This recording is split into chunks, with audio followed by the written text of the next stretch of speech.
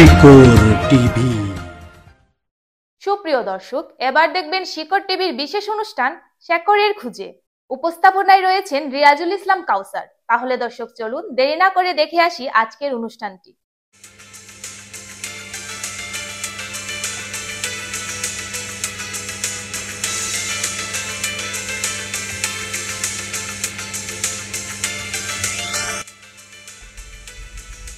আমরা প্রথমে জানতে চাইবো যে এই আয়ারল্যান্ডে বসবাস করতে এসে প্রথমত স্ট্রাগলের যে আপনার জীবনটা ছিল সেটা একটু প্রথমের গল্পটা শুনতে চাই।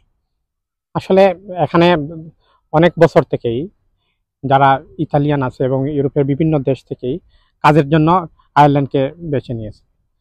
তো আমিও এই ধারাবাহিকতায় বিকল্প কিছু না, এখানে আসছি আয়ারল্যান্ডে কাজ করার জন্য।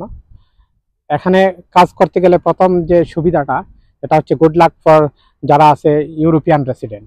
হ্যাঁ, ইউরোপিয়ান রেসিডেন্টদারীদের জন্য শুধুমাত্র এখানে আসার পর পিপিএস বলে একটা ডকুমেন্ট, যেটা ফিসকাল কোড বলতে পারেন, এটা অ্যাক্টিভ করতে হয়। তো এটা অ্যাক্টিভ হয়ে গেলে তারপর আপনি আপনার দেশে যেভাবে বা ইউরোপের বিভিন্ন দেশে যেভাবে কাজ খুঁজেন আপনাকে কাজ করতে হবে, ইন্টারভিউ দিতে হবে। তারপর দেখা গেছে ধারাবাহিকভাবে আপনার কাজ হয়ে গেলে আপনি তখন থেকেই আপনি কন্টিনিউ করতে পারবেন।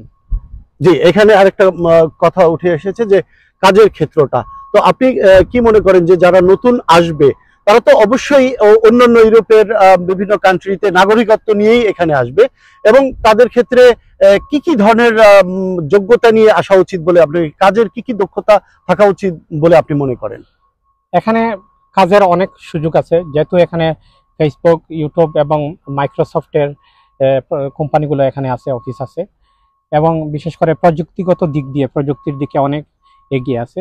বিশেষ করে এখানে ইউনিভার্সিটিতে অনেক ভালো স্টুডেন্টরা ভালো করতেছে, এবং বিশেষ করে এশিয়ানদের জন্য, আমরা যারা এশিয়ার বিভিন্ন দেশে বসবাস করি বা বিভিন্ন দেশ থেকে ইউরোপে আসি, আমাদের নর্মালি সেকেন্ড ল্যাঙ্গুয়েজ ইংরেজি হওয়ার কারণে, ইংলিশ হওয়ার কারণে এই দেশে ভাষাগত জায়গাটা অনেক সহজ হয়ে যায় এশিয়ানদের জন্য।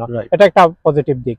তা আমি মনে করি মানে নতুন প্রজন্মের বাচ্চাদের জন্য তাদের বাবা মায়েরা যারা বিভিন্ন দেশের ইউরোপিয়ান নাগরিক হয়ে গেছে তারা কিন্তু এই দেশটা সিলেক্ট করতে পারে, কারণ এখানে স্টাডিটা অনেক ভালো। এবং কাজের যে পড়াশোনার যে বিষয়টা বলছিলেন, যে ইউনিভার্সিটির বিষয়টা, যে আমাদের নতুন প্রজন্ম এখানে যে পড়াশোনাটা ফ্যাসিলিটি পেতে পারে, সে গল্পটা জমে উঠেছিল, এটা যদি বলেন আর একটু ক্লিয়ার করে। না, আসলে মেইনলি বিষয়গুলো এখানে এডুকেশন সিস্টেমটা অনেক ভালো, এবং আমি মনে করি এভারেজ ল কস্টও বলতে পারেন। যারা ইউরোপিয়ান নাগরিক তাদের জন্য একটা আইন আছে যেখানে অল্প টাকার মধ্যে ইউনিভার্সিটি শেষ করতে পারবে। এবং প্রযুক্তিগত যে বিষয়টা, আইটি সেক্টরটা, এবং বিশেষ করে ফার্মেসি যে বিষয়গুলা এবং হেলথ কেয়ারের অনেক সুযোগ আছে এখানে কাজের জন্য। তো মেইনলি যে বিষয়টা হচ্ছে যে এখানে লেবারের যে বিষয়টা, প্রত্যেক দেশেই লেবার কিন্তু অনেকেই আছে, কিন্তু ভালো হবে। এখানে দক্ষতা বলতে প্রথমত যে বিষয়ে দক্ষতা হবে, কেউ আসতে গেলে তার ফার্স্ট বিষয়টা হচ্ছে ভাষাগত জায়গাটা। হয়তো বিভিন্ন দেশে, ইউরোপের এক এক দেশে এক এক ভাষা থাকার কারণে আমরা ইংরেজির চর্চাটা কম হয়ে যায়। তো একটা লোক যখন 20-25 বছর একটা ইউরোপীয় দেশে হয়তো স্প্যানিশ বা ফ্রান্সেজে অথবা ইতালিয়ান ভাষায় বলে অভ্যস্ত, তখন ইংলিশ বলাটা অনেকেই ভুলে যেতে পারে বা ভুলে যায়। ইংলিশটা চর্চা করতে হবে প্রথমেই এখানে আসার জন্য, কারণ আমার দেখা মতো অনেকেই আছে যারা ইউরোপের বিভিন্ন দেশ থেকে আসার পরে ভাষাগত দিকটা দুর্বল হওয়ার কারণে জটিলতায় পড়তে গেছে। তো আমরা যদি বলি যে কর্মদক্ষতার ক্ষেত্রে যদি ড্রাইভিং লাইসেন্স হতে পারে, কিংবা নরসুন্দর হতে পারে, কিংবা কম্পিউটার দক্ষতা নিয়ে আসলে, কিংবা মোবাইল রিপেয়ারিং এর এই সমস্ত দক্ষতা নিয়ে আসলে কিন্তু এখানে কাজের অপরচুনিটি রয়েছে। তো আমরা আরেকটা বিষয় আমরা জানতে চাইবো, সেটা হচ্ছে যে এই যে কাজ শুরু করলেন, তো ফ্যামিলি নিয়ে আসার বিষয়ে কি কি কার্যক্রম কিভাবে করতে হয় বা কি ধরনের প্রসেস রয়েছে? আসলে এখানে দুইটা বিষয়, যারা ইউরোপিয়ান নাগরিক আছে তারা ফ্যামিলিটা নিয়ে আসা অনেক সহজ। যেমন ম্যাক্সিমাম ফ্যামিলির তাদেরও সিটিজেনশিপ আছে ইউরোপিয়ান, যারা তারা অনায়াসে উইদাউট ভিসা এখানে আসতে পারে, যেভাবে অন্যান্য দেশে ট্রাভেলিং করা যায়। কারো যদি এমন হতে পারে হয়তো হাজবেন্ড অথবা ওয়াইফ একজনের পাসপোর্ট আছে, আরেকজন বাংলাদেশি পাসপোর্ট হোল্ডার বা ওই দেশের রেসিডেন্ট আছে, তখন তাকে এখানে ফ্যামিলি ভিসার জন্য অ্যাপ্লাই করতে পারবে, অথবা তাকে টুরিস্ট ভিসায়ও আসতে পারবে। যখন আসবে, আসার পরে এখানে অ্যাপ্লিকেশন করলে হোম অফিসে তাকে রেসিডেন্ট পারমিট দেওয়া হবে। তো এই রেসিডেন্ট পারমিটের ইয়েতেই স্টে করতে পারবে, এখানে কোনো সমস্যা না। তারপর বাচ্চাদের স্কুলের ব্যাপারটা এখানে অনেক ভালো সুযোগ সুবিধা। তবে আমি যেটা বলবো, কমিউনিকেশনের দিক জায়গাটা ইউরোপের বড় বড় শহরগুলো যেমন ফ্রান্স অথবা ইটালির কথা যদি বলি, বড় শহরগুলোতে কমিউনিকেশন, মেট্রো রেল সবকিছু মিলে পাবলিক ট্রান্সপোর্টটা অনেক ভালো। এখানে পাবলিক ট্রান্সপোর্টটা কিন্তু ওই রকম ভালো বলা যাবে না, এবং এখানে অনেক ট্রাফিক থাকে। তো এখানে সব থেকে ভালো হয় যদি এখানে কেউ আসতে চায়, তাকে যদি একটা ড্রাইভিং লাইসেন্স থাকে এবং গাড়ি নিয়ে নেয়, তখন সে এনিওয়্যার কাজ করতে পারবে অনায়াসে। আমরা অন্য একটা বিষয় জানতে চাই, এখানে কেমন বাংলাদেশি কমিউনিটি গড়ে উঠেছে? মোটামুটি 10-15-20 হাজারের মতো আশা করি রয়েছে, এবং তারা কেমন আছে?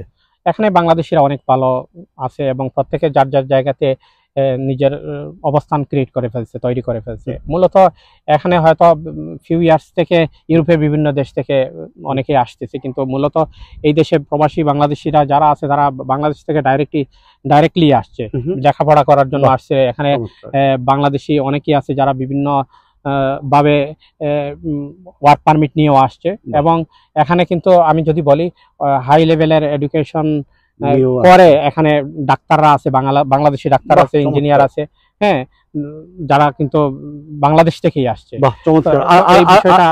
আর একটা বিষয় আমরা যদি জানতে চাই, যে এই যে ডাক্তার, ইঞ্জিনিয়ার এবং আপনি বললেন যে স্কিল নিয়ে যারা এসছে, তারা কিন্তু ভালো আছে, এবং পাশাপাশি ব্যবসা বাণিজ্যে বাংলাদেশিরা কেমন অবস্থা, আপনি কতটুকু দেখেছেন বা আপনার কাছে কি তথ্য রয়েছে যে এখানে ব্যবসা বাণিজ্য করার জন্য অনেক সুযোগ আছে, এবং আমি মনে করি ভবিষ্যতে আরো সুযোগ সুবিধা বাড়বে, কারণ এখন ইউরোপের বিভিন্ন দেশ থেকে অনেকেই আসতেছে।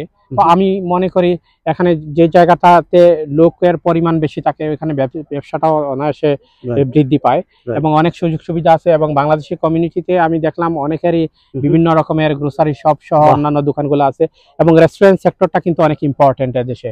এখানে রেস্টুরেন্ট সেক্টরে বিশেষ করে এশিয়ান অন্যান্য দেশের লোকেরা খুব ভালো করতেছে। আমি আশাবাদী যদি বাংলাদেশি কমিউনিটিতে এটার প্রভাব পড়বে, এবং বিশেষ করে ইউরোপ থেকে যারা আসছে তারাও যদি এখানে ব্যবসা প্রতিষ্ঠান করতে চায়, আমি মনে করি this is the good choice. But তাকে কিছুদিন এখানে দেখতে হবে, এখানের অবস্থান সম্পর্কে তাকে ওয়েদারের সাথে ম্যাচ করতে হবে। জি, অনেক ধন্যবাদ। আমরা একদম অনুষ্ঠানের শেষ পর্যায়ে চলে এসেছি। আমাদের প্রবাসী দর্শকদের জন্য আপনার কি বলবার আছে? কারণ আমরা জানি যে এই আয়ারল্যান্ডে যারা এসছেন তারা কিন্তু অন্য ইউরোপিয়ান দেশের নাগরিকত্ব নিয়ে কিন্তু এখানে সেটেল হচ্ছেন। তো সেই ক্ষেত্রে আপনার কি পরামর্শ রয়েছে, ছোট্ট করে যদি আমাদের দর্শকদের জন্য কিছু বলেন। আসলে আমি যে এক কথায় যদি বলি, ইজ নট এ ম্যাটার আপনি কোথায় থাকেন, ম্যাটারটা হচ্ছে আপনি কি করেন। হ্যাঁ, তো ওই করার জায়গাটা আপনার একটা পরিবেশের দরকার। তো ওই পরিবেশটা কিন্তু আমি মনে করি উন্মুক্ত সকলের জন্য। আয়ারল্যান্ডের মতো একটা দেশে, বিশেষ করে ডাবলিনে অনেক সুযোগ সুবিধা রয়েছে, এবং আমি বলবো যদি এখানে কেউ আসতে চান, ওয়েলকাম, আসতে পারেন, কারণ ওইটা আপনার একান্ত ব্যক্তিগত চিন্তাধারা। আসলে এখানে আপনাকে যে বিষয়টা আমি মনে করি, আমরা বাংলাদেশিরা সবাই চেষ্টা করি যে ইংলিশ ভাষাভাষী একটা দেশে থাকা, এবং ইংলিশের প্রতি আমাদের একটা দুর্বলতা রয়েছে বাচ্চাদের জন্য। কিন্তু ইটালিয়ান যদি আপনি ভাষা জানেন, যত বেশি ভালো জানেন না কেন, আপনি যখন ইতালি থেকে ফ্লাই করে অন্য দেশে যাবেন তখন কিন্তু ভাষাটা চেঞ্জ হয়ে যাচ্ছে। হ্যাঁ, তো এখানে যদি আপনি ইংলিশ দক্ষতা নিয়ে মানে কাজ করেন, এবং এখানে কাজের যে সুযোগ সুবিধা আছে, পরবর্তীতে পরবর্তী প্রজন্ম ইন্টারন্যাশনালি তারা যে এডুকেশনটা নিবে সেটা কিন্তু বহির্বিশ্বের যে কোনো দেশে যে কর্মস্থানে তারা কর্ম করতে পারবেন, এমনটি আপনি বলতে চাচ্ছেন। অসংখ্য ধন্যবাদ আজকে আমাদের সাথে উপস্থিত হওয়ার জন্য। দর্শক, এই ছিল আজকের প্রবাসীদের আয়োজন। দর্শক, সাথে ছিলাম আমি রিয়াজুল ইসলাম কাউসার, আয়ারল্যান্ডের ডাবলিন শহর থেকে।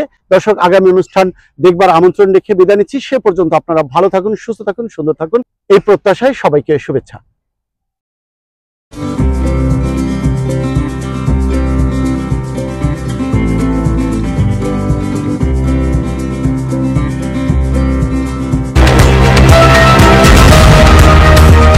শিকড় টিভি।